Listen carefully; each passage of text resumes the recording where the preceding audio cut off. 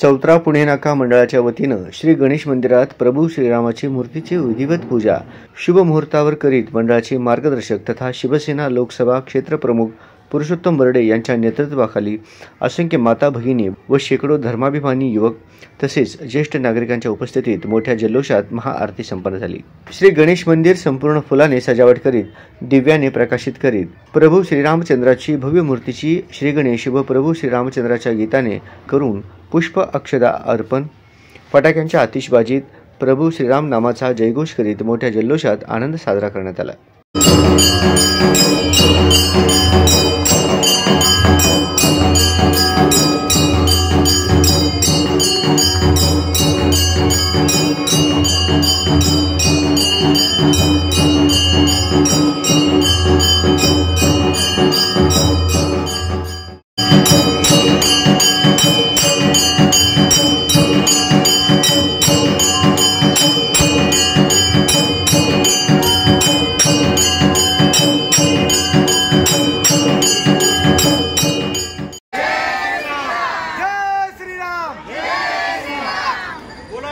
रामचंद्र की जय, प्रभु रामचंद्र की जय, श्री राम, जय श्री राम, गणपती बाप्पा, जय भवानी, जय भवानी।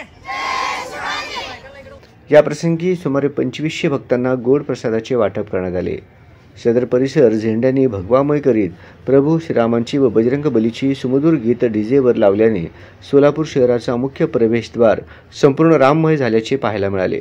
रामभक्त हे श्रीराम नामाची भगवी टोपी परिधान करीत गळ्यात प्रभू श्रीरामांची प्रतिमा असलेले उपरणे घालून मोठ्या उत्साहाने सहभागी झालेल्या युवकांची आनंद गगनाला भिडला होता। माता भगिनींनी आपल्या घरून आरतीचे ताट घेऊन सहभागी झाल्या होत्या। माता भगिनी प्रभू श्री रामचंद्राचा जयघोष करीत सदर परिसर भक्तिमय झाला होता।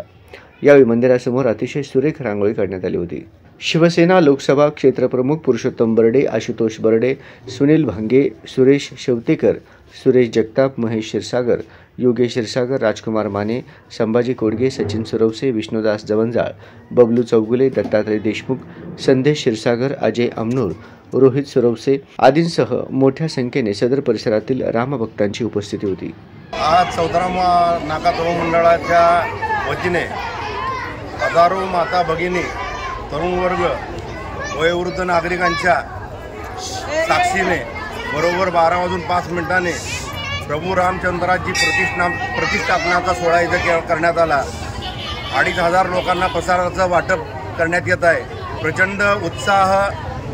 प्रचंड उत्साह दिसून येत आहे। पूर्ण भारतात 500 वर्षानंतर बाबराने जेव्हा राम मंदिर उद्ध्वस्त करून बाबरी मशीद म्हणून एक ढाचा उभा केला होता, आज 500 वर्षानंतर या भारताचं स्वप्न साकार झालेलं आहे।